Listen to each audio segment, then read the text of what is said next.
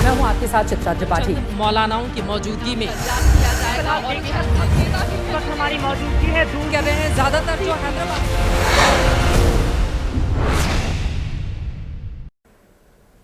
नमस्कार, ABP news पर आप सभी दर्शकों का बहुत बहुत स्वागत है। मैं हूं आपके साथ चित्रा त्रिपाठी। आप देखना शुरू कर चुके हैं जनहित, आम जनता से जुड़ा हुआ खबरों का वो टीवी शो जो आपको रखता है आगे। कल सुबह के बड़े अखबारों के पहले पन्ने की हर खबर अगले 1 घंटे में हम रखेंगे जनहित में आपके सामने। तो आइए शुरू करते हैं आज का जनहित और सबसे पहले दिखाते हैं आज खबरों के मेन्यू में क्या क्या खास है। सबसे पहले बात दिल्ली की करेंगे, जहां पर गृह मंत्री अमित शाह ने आज बीजेपी का संकल्प पत्र पेश किया। दिल्ली को आम आदमी पार्टी से मुक्त कराने का संकल्प भी दोहराया। शाह ने अपनी रैली में कहा कि उन्होंने केजरीवाल जैसा झूठा जीवन में कभी नहीं देखा। वहीं अरविंद केजरीवाल ने आज भी खुद को मिली गालियों की लिस्ट पढ़कर जनता को सुनाया और वोट मांगा।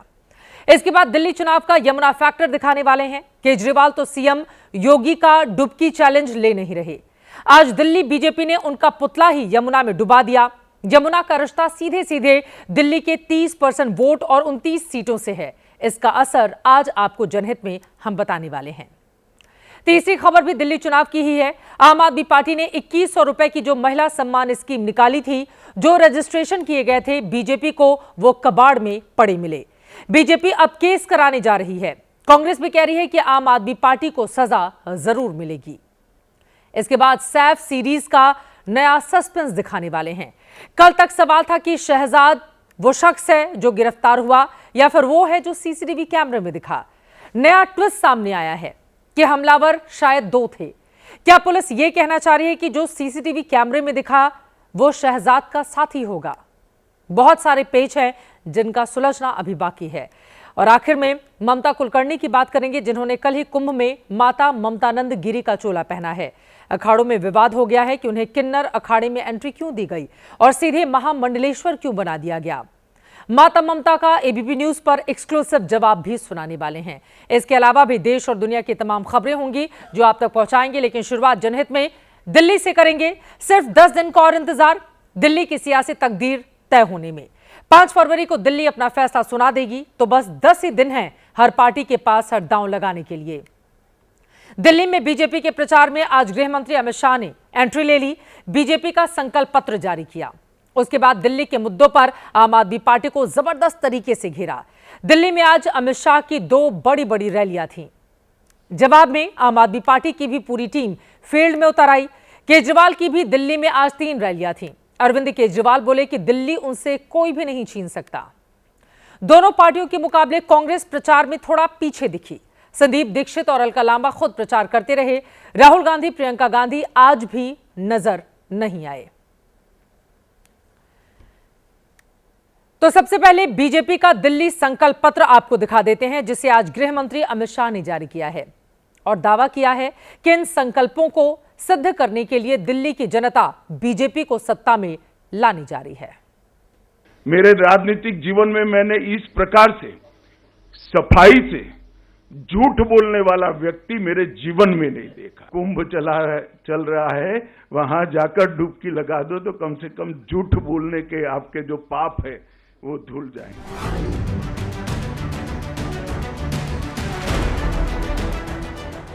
ये गृह मंत्री अमित शाह का आम आदमी पार्टी और पूर्व सीएम अरविंद केजरीवाल पर हमला था, जो उन्होंने दिल्ली में बीजेपी का संकल्प पत्र जारी करते हुए किया।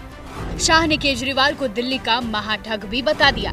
मेरी सरकार का कोई मंत्री सरकारी बंगलो नहीं लेंगे और उन्होंने बंगलो लिया। 51 करोड़ से ज्यादा खर्च कर 50,000 गज का 4 बंगलों को मर्ज कर एक शीश महल बनाया। मोहल्ला क्लिनिक नाम का एक नया चीज बनाकर उन्होंने दिल्ली वालों को ठगने का काम किया। इससे पहले बीजेपी ने 2 हिस्सों में अपनी चुनावी घोषणाएं की थी। आज अमित शाह ने पूरा संकल्प पत्र पेश किया। बीजेपी ने अपने चुनावी संकल्प पत्र में दिल्ली में 50,000 सरकारी नौकरियां देने, 20 लाख युवाओं को स्वरोजगार देने, रजिस्टर्ड श्रमिकों को 5 लाख तक दुर्घटना बीमा देने, मजदूरों को सालाना 10,000 रुपए मदद देने का वादा किया। दिल्ली को 100% ई बस सिटी बनाने, 13,000 बसों को ई बस में बदलने का वादा किया।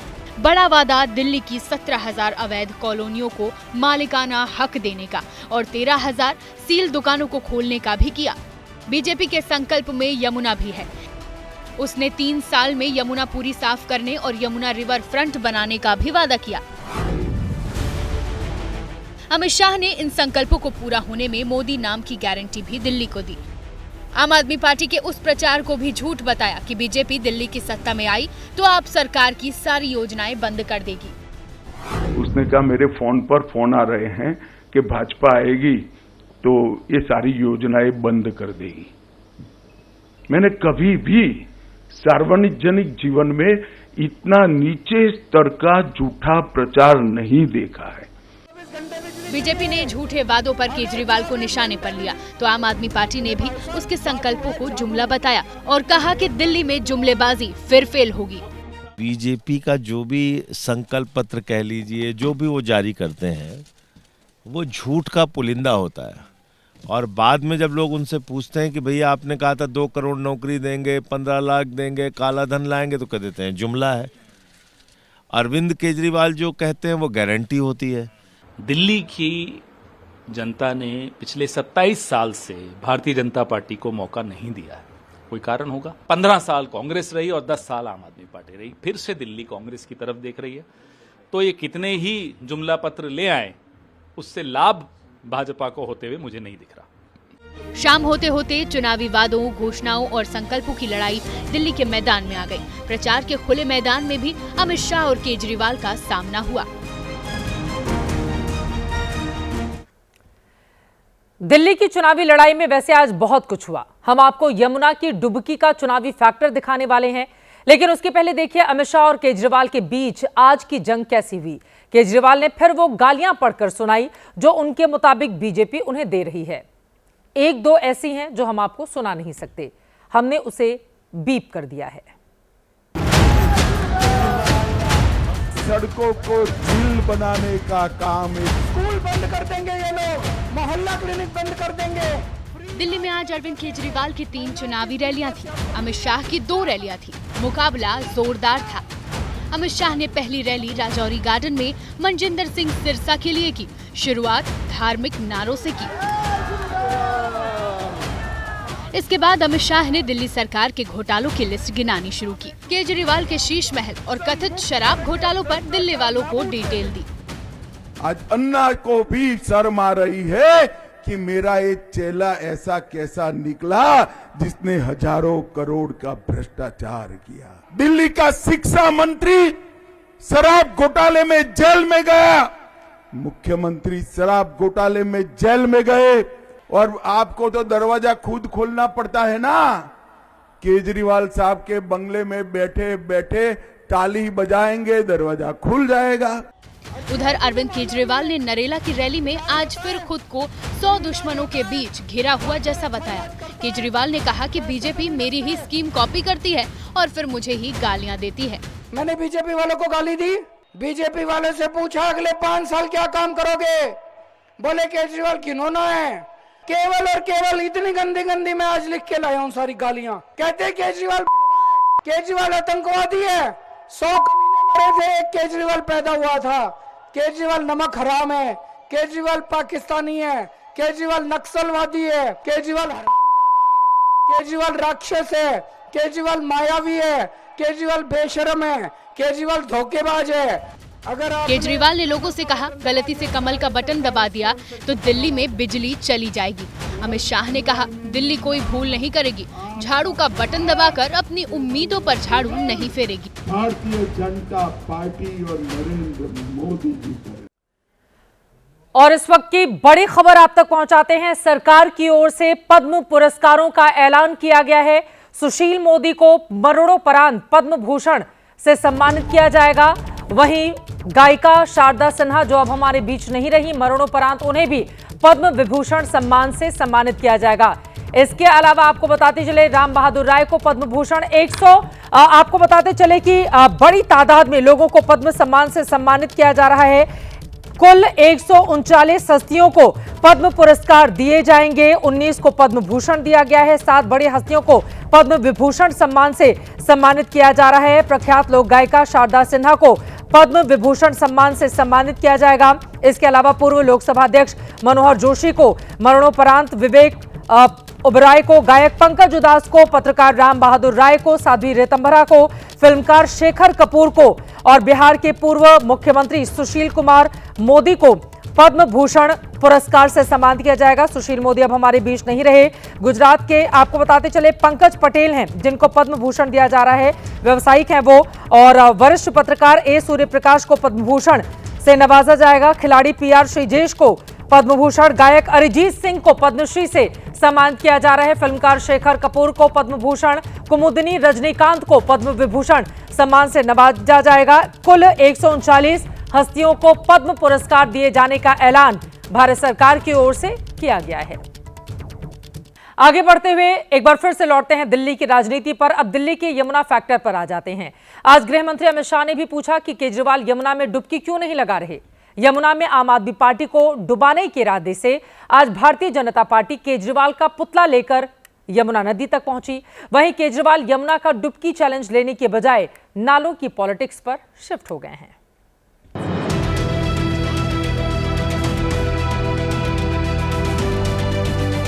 11 साल हो गया, यहाँ पर 8,000 करोड़ रुपया कहाँ चला गया, अरविंद केजरीवाल ने कहाँ खर्च कर दिया, किसी को नहीं मालूम। कि अरविंद केजरीवाल ने कहा था अगर मैं यमुना साफ नहीं कर पाया तो मुझे वोट मत देना, और वही वादा याद दिलाने के लिए प्रवेश वर्मा इस वक्त यमुना के घाट पर पहुंचे हैं। कान पकड़े हुए केजरीवाल का कटआउट जो कह रहा है मैं फेल हो गया, मुझे वोट मत देना, 2025 तक मैं यमुना साफ नहीं कर पाया। इस कटआउट को केजरीवाल के खिलाफ चुनाव लड़ने वाले प्रवेश वर्मा ने बनवाया। फिर बोट से यमुना के बीचों बीच पहुंचे। 2025 तक यमुना साफ करके उसमें डुबकी लगाने का केजरीवाल का वादा याद दिलाया। केजरीवाल न सही तो उनके कटआउट को ही डुबकी लगवा दी।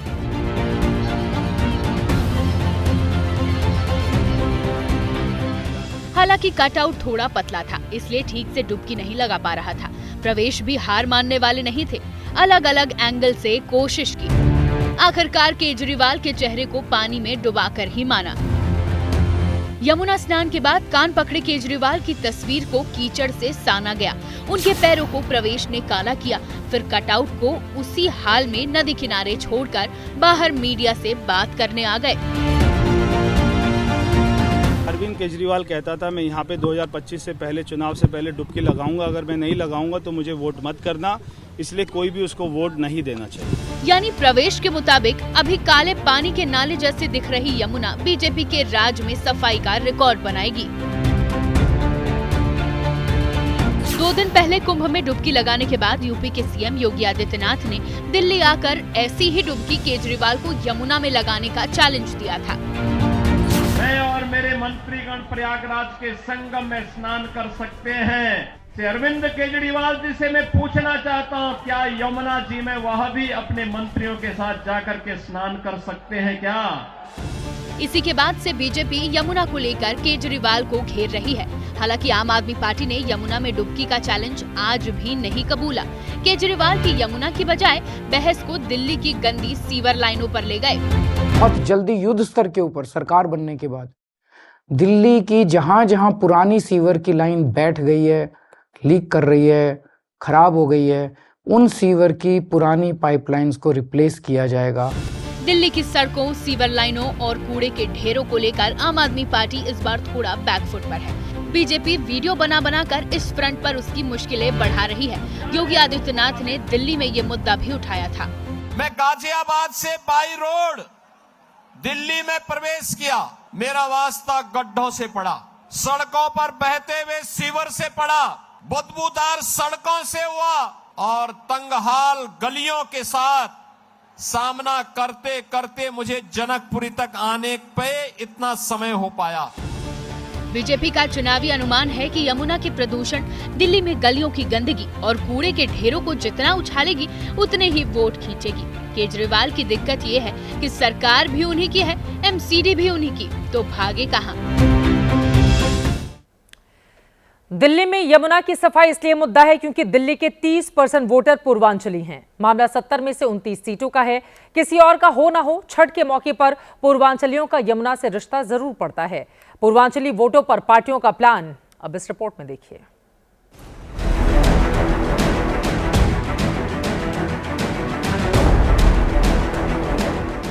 यमुना में केजरीवाल के कटआउट की डुबकी लगी तो बीजेपी ने छठ पूजा को याद कर पूर्वांचलियों की बात की।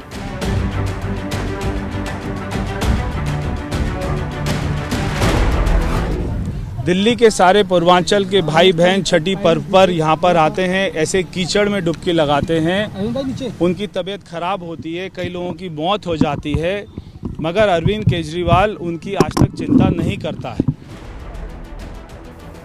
केजरीवाल जब 23% पूर्वांचली वोटर्स वाले द्वारका सीट में प्रचार करने गए तो बीजेपी नेता के पूर्वांचली वोटर्स पर दिए विवादित बयान की बात छेड़ दी। खुश हो ना? एक टीवी के डिबेट में बीजेपी के एक बहुत बड़े नेता ने इतनी गंदी गाली दी पूरे पूर्वांचली समाज को, इतनी गंदी गाली मैं मुंह से भी नहीं बोल सकता। वो बहुत ही गंदी गालियां होती है ना, गली के गंदे बच्चे बोलते हैं, उस तरह की गाली उसने डिबेट में इतनी गंदी पूर्वांचलियों के लिए शब्द इस्तेमाल किया। पूर्वांचली वोटर्स इस वक्त दिल्ली में सोने का अंडा देने वाली मुर्गी की तरह है, क्योंकि इनका प्रभाव ही ऐसा है। दिल्ली में 30% पूर्वांचली वोटर्स हैं। संख्या में बात करें तो 45 लाख। 29 सीटों पर 20% से ज्यादा पूर्वांचली वोटर्स हैं और दिल्ली में तो जीत का औसत अंतर ही 20,882 वोट्स का है।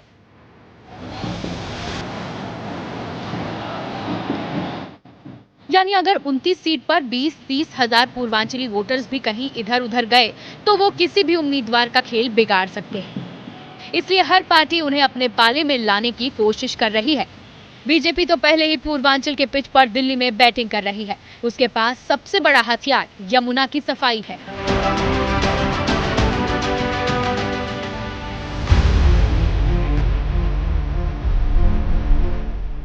कांग्रेस के पास कुछ अलग नहीं था तो उसने सरकार बनने पर पूर्वांचलियों के लिए अलग मंत्रालय का वादा कर दिया। आम आदमी पार्टी तो इन दोनों से एक कदम आगे निकली। सूत्रों से खबर है कि पूर्वांचलियों को साधने के लिए आम आदमी पार्टी ने टास्क फोर्स बनाई है। पार्टी ने अपने कार्यकर्ताओं की कुल 7 टीमें बनाई हैं। इन टीमों का काम पूर्वांचल वोट को टारगेट करना है। ये टीम घर घर जाकर पूर्वांचल के लोगों से मिलेगी। आम आदमी पार्टी की टास्क फोर्स ग्राउंड लेवल पर जाकर पूर्वांचलियों को बीजेपी के खिलाफ करने की कोशिश करेगी।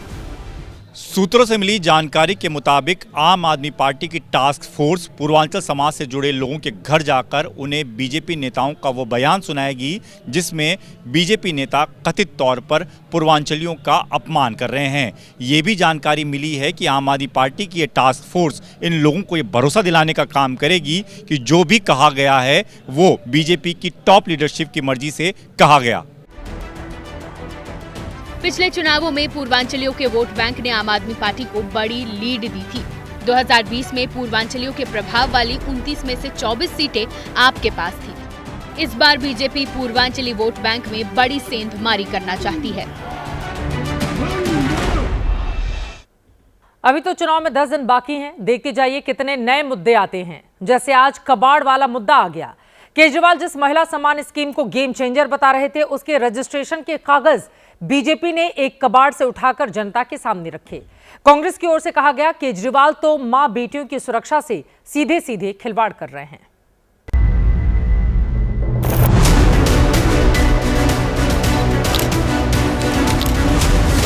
दिल्ली बीजेपी दफ्तर में प्रेस कॉन्फ्रेंस के दौरान दिल्ली बीजेपी अध्यक्ष वीरेंद्र सचदेवा ने जो दस्तावेज दिखाए वो आम आदमी पार्टी की चुनावी स्कीम महिला सम्मान योजना के रजिस्ट्रेशन फॉर्म है। बीजेपी का आरोप है कि अरविंद केजरीवाल ने महिला सम्मान योजना रजिस्ट्रेशन के नाम पर दिल्ली की महिलाओं से फॉर्म भरवाकर हर महीने 2100 रुपए देने का वादा किया था। वो कबाड़ी की दुकान में पड़े मिले। बीजेपी का दावा है कि ये वही फॉर्म है जिन्हें आम आदमी पार्टी और खुद अरविंद केजरीवाल ने घर घर जाकर महिलाओं से भरवाए थे। इसीलिए बीजेपी ने अब इस मुद्दे पर सीधे केजरीवाल की क्रेडिबिलिटी पर सवाल उठाते हुए कहा है, आम आदमी पार्टी दिल्ली में चुनावी वादों के नाम पर झूठ परोस रही है। कितनी लाखों बहनों को उन्होंने धोखा देने का काम किया है कि हम तुम्हें 2100 रुपए देंगे और 2100 रुपए के बदले जो फॉर्म भरवाए वो कबाड़ियों को भेज दिए, क्योंकि देने तो है नहीं। अरविंद केजरीवाल ने किसी को 1 रुपया नहीं देना, उसने सिर्फ झूठ बोलना। जैसे पंजाब में झूठ बोला, किसी को 1000 रुपया नहीं दिया, आज दिल्ली में ये फॉर्म दिखा रहा है। बीजेपी इस मामले में आप पर दिल्ली की महिलाओं के संवेदनशील डेटा से खिलवाड़ का आरोप लगा रही है। बीजेपी का दावा है कि महिला सम्मान योजना के करीब 30,000 फॉर्म कबाड़ में मिले, जिनमें फॉर्म के साथ महिलाओं के pan card, voter ID card और बैंक खातों की डिटेल भी मिली, जिनका दुरुपयोग करके ऑनलाइन फर्जीवाड़ा किया जा सकता है। 30,000 जो महिला सम्मान योजना के तहत जो रजिस्ट्रेशन कराए गए थे दिल्ली की माताओं और बहनों के साथ, वो 30,000 जो डॉक्यूमेंट्स हैं जिनमें उनकी कॉन्फिडेंशियल डिटेल्स है, पैन कार्ड है, वोटर आईडी है। बीजेपी अब इस मामले में आम आदमी पार्टी के खिलाफ पुलिस शिकायत करने की तैयारी में है, लेकिन कांग्रेस ने एक कदम और आगे जाकर महिलाओं के गोपनीय डेटा के गलत इस्तेमाल के मामले में केजरीवाल और दिल्ली की सीएम आतिशी की गिरफ्तारी की मांग कर दी है। और मैंने बार बार टीवी में कहा था कि आप 18-20 साल की लड़कियों का फॉर्म भरवा रहे हो, कल को उनको कोई अश्लील वीडियो भेज दे, उनसे कुछ गलत बातें कर दे, उनकी प्राइवेसी में घुस जाए, उनकी घर की फोटो ले ले, उनके बैंक डिटेल ले ले, किस तरीके का फ्रॉड ये हो सकता है। और आम आदमी पार्टी जो शराब माफियाओं से डील कर सकती है, और शराब माफियाओं के पास पता नहीं किस किस तरीके के कुकर्मी लोग हैं। आम आदमी पार्टी की चुनावी स्कीम महिला सम्मान योजना डेटा कलेक्शन को लेकर पहले से विवादों में है। संदीप दीक्षित ने ही महिला सम्मान योजना की शिकायत की थी, जिस पर दिल्ली के एलजी ने इस मामले में जांच के आदेश दिए और लोगों की निजी जानकारी इकट्ठा करने वालों के खिलाफ कानूनी कार्रवाई करने को कहा था। इसके अलावा दिल्ली सरकार के 2 विभागों ने भी नोटिस जारी किया था कि दिल्ली सरकार की ओर से ऐसी किसी स्कीम की अधिसूचना जारी नहीं की गई थी। और अब कबाड़ी में योजना के रजिस्ट्रेशन फॉर्म मिलने के बाद विपक्ष ने आम आदमी पार्टी की घेरेबंदी तेज कर दी है। हालांकि आपकी ओर से अब तक बीजेपी के आरोपों पर कोई सफाई सामने नहीं आई है। दिल्ली में बीजेपी और आम आदमी पार्टी का एक झगड़ा और देखिए। ये झगड़ा इस बात पर हुआ कि उम्मीदवार का चुनाव दफ्तर पोलिंग बूथ के पास कैसे हो सकता है।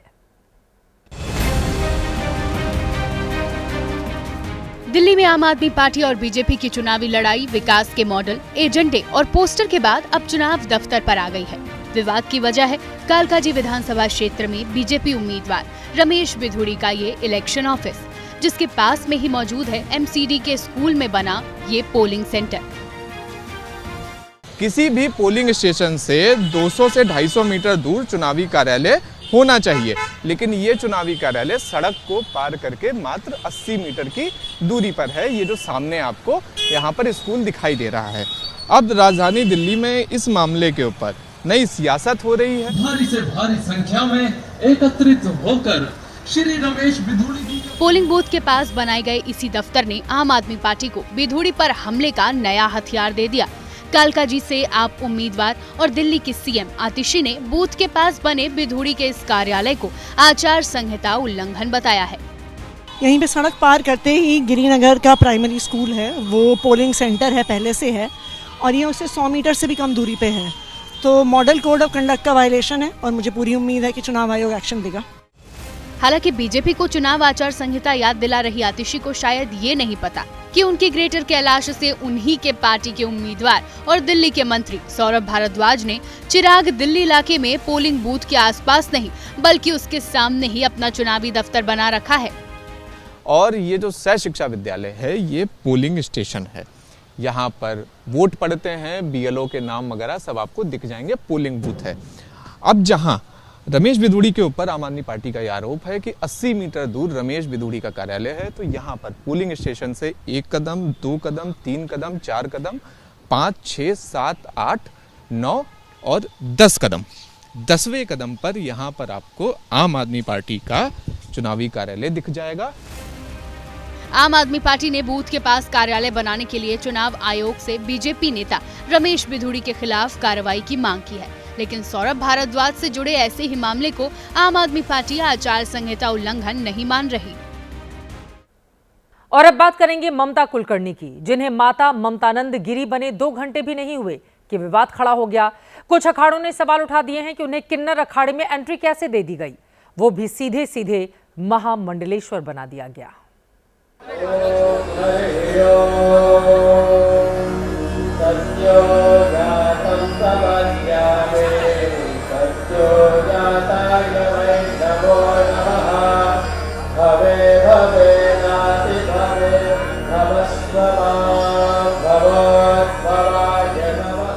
ममता कुलकर्णी, ऐसी किरदार जो कभी सिल्वर स्क्रीन पर अदाओं का जादू बिखेरती दिखी, तो कभी डी कंपनी से रिश्ते और ड्रग्स के कारोबार की तोहमतों से घिरी दिखी। अब यही ममता फिर विवादों में है। चर्चा की वजह है महाकुंभ पहुंचकर उनका किन्नर अखाड़े की महामंडलेश्वर बन जाना।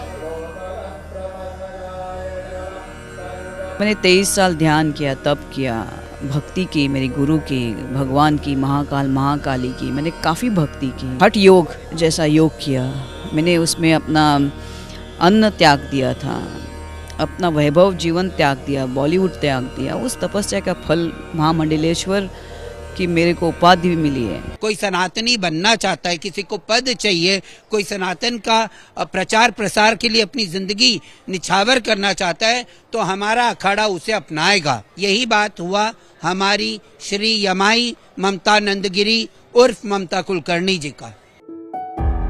एक और ममता कुलकर्णी को दीक्षा के बाद किन्नर अखाड़े का महामंडलेश्वर बनाया गया, तो दूसरी ओर किन्नर जगत गुरु ने इस फैसले पर ही सवाल खड़े कर दिए। ममता कुलकर्णी जेल में भी रही हैं, ममता कुलकर्णी के ऊपर ड्रग्स के भी आरोप लगे हैं, ममता कुलकर्णी डी कंपनी के साथ इनका जुड़ाव रहा है। अचानक से कुंभ के अंदर भी प्रकट हो जाती हैं, और कुंभ के अंदर में भी प्रकट होने के बाद महामंडलेश्वर की पदवी। क्या महामंडलेश्वर की पदवी इतनी सस्ती हो गई है? पहली तो अखाड़े का नाम ही है किन्नर अखाड़ा। किन्नर अखाड़ा में महिला कैसे? दीक्षित करके उन्हें महामंडलेश्वर अगर बनाना है तो प्रॉपर वे में बनाइए। मुंडन भी क्यों नहीं करवाते हैं आप? मुंडन तक नहीं करवाते। ऐसा कौन सा ये संन्यास दीक्षा का नया परंपरा स्टार्ट हो गया है? एक ओर ममता कुलकर्णी को लेकर विवाद की बयार बही, तो दूसरी ओर निरंजनी अखाड़े के महामंडलेश्वर स्वामी प्रेमानंदपुरी महाराज ममता कुलकर्णी के साथ खड़े दिखाई दिए, जबकि कुछ संत ममता कुलकर्णी को महामंडलेश्वर बनाने का खुलकर विरोध करते दिखे। हिमांगी को मैं सलाह दूंगा कि वो अपने अखाड़े पर ध्यान लगाएं। जो वो नया बना रही हैं वैष्णव अखाड़ा, वो बहुत अच्छी हैं, और जब वो स्वयं में विस्तार कर रही हैं तो लक्ष्मी त्रिपाठी के विस्तार में वो ऐसी बातें क्यों कर रही हैं? मजाक उड़ा करके इन तथाकथित किन्नर अखाड़ा ने हमारे धर्म पे प्रहार किया है। यदि शासन हस्तक्षेप नहीं करेगा, मुख्यमंत्री स्वयं एक संत हैं, परंपरा प्राप्त संत हैं, उनको इस पे कड़ी कार्रवाई करनी चाहिए, और कड़ी कार्रवाई नहीं करेंगे तो मैं मान लूंगा कि उनकी भी संलिप्तता है सनातन धर्म को नष्ट करने में। वहीं ऐसा नहीं है कि महाकुंभ में सिर्फ ममता कुलकर्णी के किरदार को लेकर सवाल खड़े हुए हैं। अपनी खूबसूरती को लेकर चर्चा में आई हर्षा रिछारिया हो, या फिर अपनी आंखों को लेकर वायरल हुई मोनालिसा, या फिर वो IIT बाबा अभय सिंह, जो महाकुंभ से ही आज लाइमलाइट में आए हैं। ऐसे में सवाल पूछे जा रहे हैं कि हजारों साल से आस्था और परंपरा की पहचान माने जाने वाले कुंभ को क्या कुछ लोग पब्लिसिटी पाने का जरिया तो नहीं बनाते जा रहे हैं? किन्नर अखाड़े की महामंडलेश्वर बनी ममता से एबीपी न्यूज ने एक्सक्लूसिव बातचीत की है। इस दौरान महामंडलेश्वर ममता नंदगिरी ने इस पर क्या कहा है, वो सुनाते हैं आपको। जब फिल्मी आसमान है उसका सितारा जब सन्यास के गंगा में उतरा, तो फिर प्रश्न होने लगे। ममता कुलकर्णी जी हमारे साथ हैं, जो यमाई ममता नंदगिरी जी हैं। किन्नर अखाड़े को ही क्यों चुना आपने? बिकॉज ये बहुत स्वतंत्र अखाड़ा है, और डॉक्टर आचार्य महामंडलेश्वर लक्ष्मी नारायण त्रिपाठी जी, ये इनका अखाड़ा बहुत स्वतंत्र है। जैसे आप अगर संन्यास के पहले अगर आप आते हो तो आपको काफ़ी आपका मुंडन करना पड़ता है, आपको जैसे शुरुआत है, बिकॉज वो करना भी पड़ता है ताकि जो नया नया शिष्य हो तो उसको अपने सब चीज़ से घृणा हो जाए, भारी आपके बालों से, तो उसको लगेगा कुछ है ही नहीं देखने के लिए शीशे में, तो उसको अपने आप वैराग्य हो जाएगा कि बाहर क्या देखने का, अभी अंदर भगवान को ढूंढो। इसलिए वो मुंडन करते हैं। लेकिन मैंने 23 साल तप किया, मैं समाधि की अवस्थाओं तक पहुंची हुई हूँ मेरे गुरु द्वारा, तो अब मुंडन करना मुझे सही नहीं लगता। अभी तक आप लोगों को, आपको अदाकारा लोग कहते थे, माता जी कह रहे हैं, मैंने भी माता जी से संबोधित किया, तो ये जो नया संबोधन है ये आपको अच्छा लगता है या अटपटा लगता है? देखिए, मुझे कल मैंने जो थोड़ी मैं भावुक हुई थी जब मेरा महामंडलेश्वर अभिषेक हो रहा था, तो काफ़ी लोगों ने प्रतिक्रिया दी है, इंस्टाग्राम पे इधर उधर कि अरे दुख हुआ, हम तो बॉलीवुड में आपको देखना चाहते हैं, ये क्या किया आपने गलती की। अरे बाबा, आप गलती कर रहे हो, अब जल्दी आप आ जाओ, आप भी ये सुख भोगो, ये आनंद परमानंद की स्थिति होती है ध्यान की, समाधि की, उसको भोगो, उसको अनुभव करो। आप बहुत देर कर रहे हो, जल्दी करो। और क्या कहूँ मैं आपको। किन्नर अखाड़े की महामंडलेश्वर हैं श्री यमाई ममता नंदगिरी जी, वो कह रही हैं कि मैं अपने जीवन से खुश हूँ और अगर जो लोग मुझ पर सवाल कर रहे हैं उन्हें खुद आकर आध्यात्मिक सुख को लेना चाहिए। सूरज पांडे के साथ अवधेश, एबीपी न्यूज़, प्रयागराज। और अब हम आते हैं सैफ अली खान सीरीज के पार्ट 3 पर। जनहित में बीते 2 दिनों से लगातार 2 पार्ट में आपने देखा कि सारी कहानी अब उधर घूम रही है कि सैफ पर हमला करने वाला असली शहजाद कौन है, जो गिरफ्त में है या फिर जो सीसीटीवी कैमरे में दिखा था। और अब सैफ अली खान की अटैक मिस्ट्री में एक और नया एंगल सामने आया है। वो ये कि सैफ पर हमला करने वाला या उनके घर में घुसने वाले कहीं 2 लोग तो नहीं थे। कहीं ऐसा तो नहीं कि जो पुलिस की गिरफ्त में है वही शहजाद है और जो सीसीटीवी में सीढ़ियों पर चढ़ते भागते देखा गया वो इस असली शहजाद का कोई साथी हो। हमने कल भी कहा था कि सैफ की कहानी पर कोई प्रोड्यूसर पैसा लगाए तो बॉलीवुड को शायद एक हिट फिल्म दे सकता है, लेकिन मामला बेहद गंभीर है और कई ट्विस्ट रोज रोज सामने आ रहे हैं।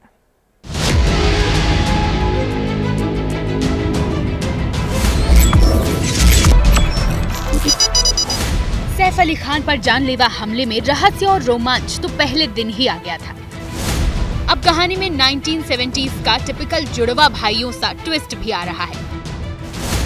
5 दिन से एक ही पहेली दिन भर घूम रही थी कि इनमें असली शहजाद कौन है, जो गिरफ्त में है वो या जो सीसीटीवी में है वो।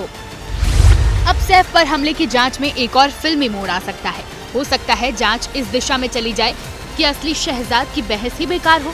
सैफ के घर 2 लोग तो नहीं पहुंचे थे, जो गिरफ्तार है वही असली शहजाद हो, जो सीसीटीवी में है वो शहजाद का साथी हो।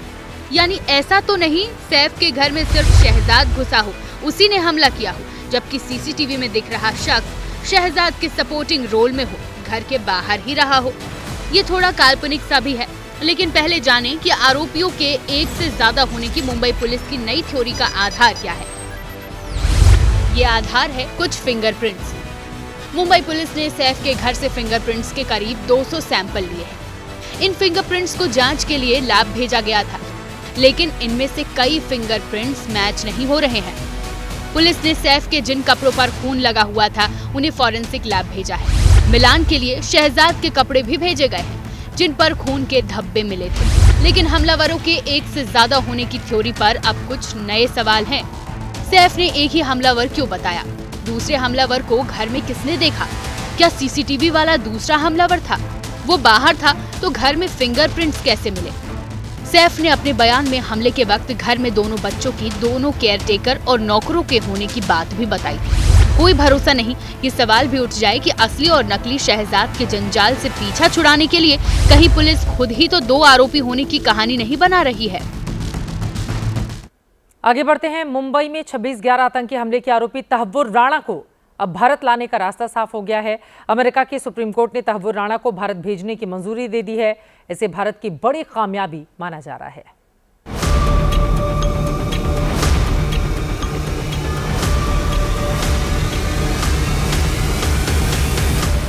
26/11 मुंबई आतंकी हमला मामले में भारत को बड़ी कामयाबी मिली है, जहां मोदी सरकार की कोशिशों के बाद उस आरोपी तहव्वुर राणा को भारत लाने की कवायद तेज हो गई है। This is a victory for Bharat, it is a victory for our Honorable Prime Minister, and it's a victory for all the citizens that had to suffer because of the dastardly terror attacks by Rana and his conspiracy and the entire community that was involved in trying to destabilize India. Tahawwur Rana का extradition होने के बाद कोई ऐसे सनसनी खुलासे आ सकते जिसके आधार पर पाकिस्तान के आर्मी के लोग जो लश्कर तोयबा ने आतंकवादी गुटों को मदद करते उसके लिए एक बड़ा चाप रहेगा। तहव्वुर राणा के प्रत्यर्पण पर अमेरिकी कोर्ट की मंजूरी को बड़ी कामयाबी माना जा रहा है, लेकिन शिवसेना उद्धव गुट के नेता संजय राउत के बयान से इस मामले पर सियासी पारा भी चढ़ता दिख रहा है। तहव्वुर राणा की तो बात खत्म हो गई। अब ठीक है, आप यहाँ आएंगे, थोड़ा इवेंट करेंगे, तहव्वुर राणा को लाया, तहव्वुर राणा को लाया, राउत को लाइए ना। मुंबई में जो बॉम्ब ब्लास्ट की सीरीज चली थी 13 बम ब्लास्ट हुए थे, वो दाऊद ने किए थे ना, आपके न्यायालय ने कहा है। तो आप पाकिस्तान में जाकर दाऊद को लेके आइए, छोटा शकील को लेके आइए। ये इतनी बड़ी जीत भारत सरकार की है, पर केवल और केवल आदरणीय प्रधानमंत्री नरेंद्र मोदी जी के विदेश सफल राजनीति के कारण ये हो रहा है। क्या इस पर भी उद्धव ठाकरे और उनके नेता ओछी राजनीति करेंगे? उद्धव ठाकरे जी के खुद के पार्टी पे बोल सकते हैं, और बोल बोल कर उन्होंने क्या हालत किया है हम जानते हैं। लेकिन भारत की विदेश नीति और ऐसे गंभीर जो विषय है उस पर वो ना ही बोले तो ठीक रहेगा। अब आपको गृह मंत्री अमित शाह का 9 अगस्त 2023 को संसद में दिया बयान भी सुनाते हैं, जिसमें उन्होंने तहव्वुर राणा को जल्द भारत लाने का जिक्र किया था। तहव्वुर राणा का भी केस अंतिम सुनवाई तक पहुंचा है। मुझे भरोसा है बहुत कम समय में बॉम्बे के बम हमले के आरोपी राणा को भारत की कानून की अदालत के तहत लाएगा। तहव्वुर राणा है कौन और इसका प्रत्यर्पण भारत के लिए इतना अहम क्यों है, ये भी जान लीजिए। तहव्वुर राणा पहले पाकिस्तानी सेना में डॉक्टर था। फिलहाल कनाडा का पाकिस्तानी मूल का नागरिक है। कनाडा में ये कारोबारी है। आतंकी डेविड कोलमैन हेडली के स्कूल का दोस्त है। राणा ने ही हेडली को फर्जी दस्तावेजों के जरिए भारत का टूरिस्ट वीजा दिलाया था, जिसके बाद हेडली ने मुंबई में आतंकी हमलों के लिए रेकी की थी। इसके अलावा राणा ने 26/11 हमले में लश्कर-ए-तैयबा की मदद की थी। तहव्वुर राणा को अमेरिकी खुफिया एजेंसी FBI ने साल 2009 में गिरफ्तार किया था, जिसके बाद भारत ने अमेरिका को सबूत दिए, जिन्हें आधार मानकर अमेरिका के सुप्रीम कोर्ट ने उसकी याचिका खारिज कर दी और इसके बाद इसे भारत लाने का रास्ता अब साफ हो चुका है। गणतंत्र दिवस की पूर्व संध्या पर राष्ट्रपति द्रौपदी मुर्मू ने राष्ट्र को संबोधित किया। राष्ट्रपति ने दुनिया में भारत के बढ़ते वर्चस्व का, बदलावों का जिक्र किया। राष्ट्रपति ने संदेश में एक राष्ट्र एक चुनाव पर भी जोर दिया है। राष्ट्रपति द्रौपदी मुर्मू ने राष्ट्र के नाम अपने संदेश में कई अहम बातों का जिक्र किया। उन्होंने देशवासियों को गणतंत्र दिवस की शुभकामनाएं दी और साथ ही ये भी कहा कि आज भारत दुनिया का नेतृत्व कर रहा है।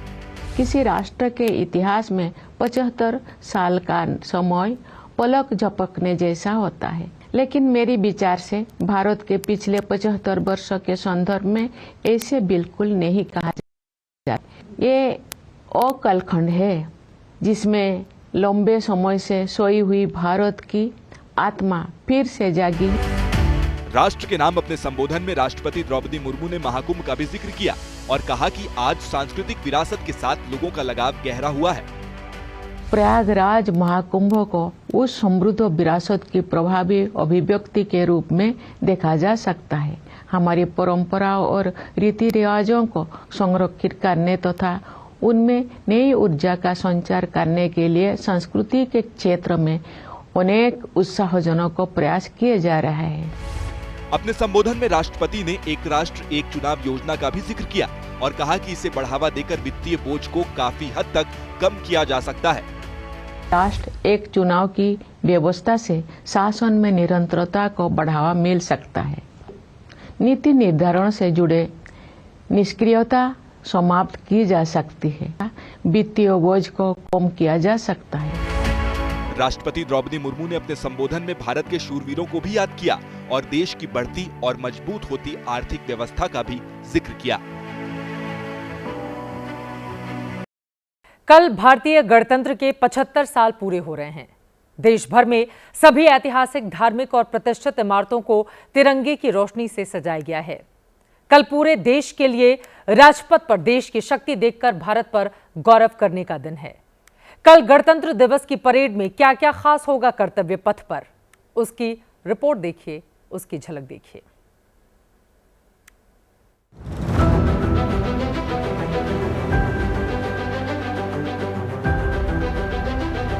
कल है देश का 75वां गणतंत्र दिवस।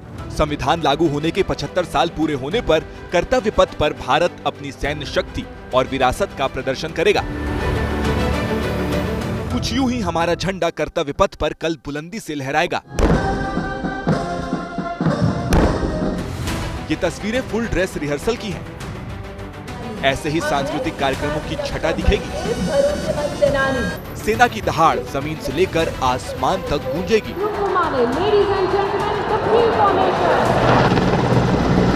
झांकियां होंगी, जोश होगा, दुनिया के सबसे बड़े लोकतंत्र पर गर्व करती आम जनता होगी।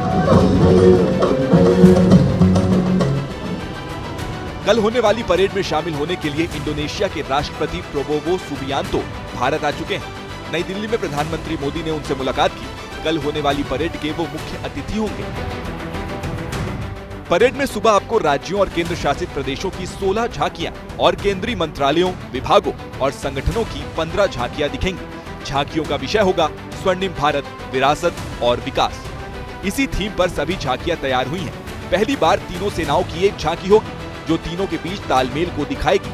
हर बार की तरह इस बार परेड में सुरक्षा के कड़े इंतजाम होंगे। और अब आज का जनहित मंत्र, हमेशा अपने कर्म पर विश्वास रखें, समय और भाग्य पर नहीं।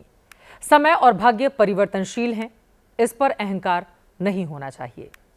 कर्म का फल भले ही देर से मिले पर मिलता जरूर है। इसी के साथ जनहित में आज के लिए बस इतना ही। देश और दुनिया की तमाम खबरों के लिए आप देखते रहिए एबीपी न्यूज, जो आपको रखे आगे।